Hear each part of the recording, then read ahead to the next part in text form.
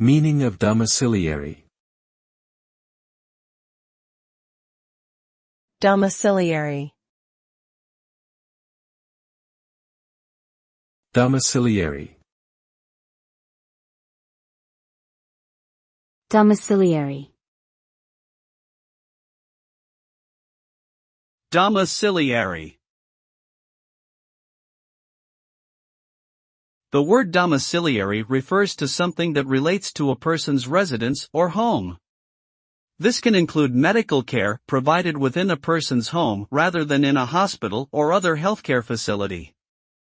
In the context of legal terminology, it can refer to a search carried out at a person's place of residence with a warrant.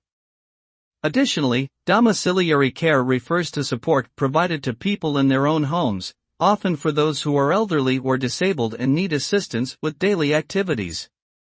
In summary, domiciliary is an adjective that describes things related to a person's home.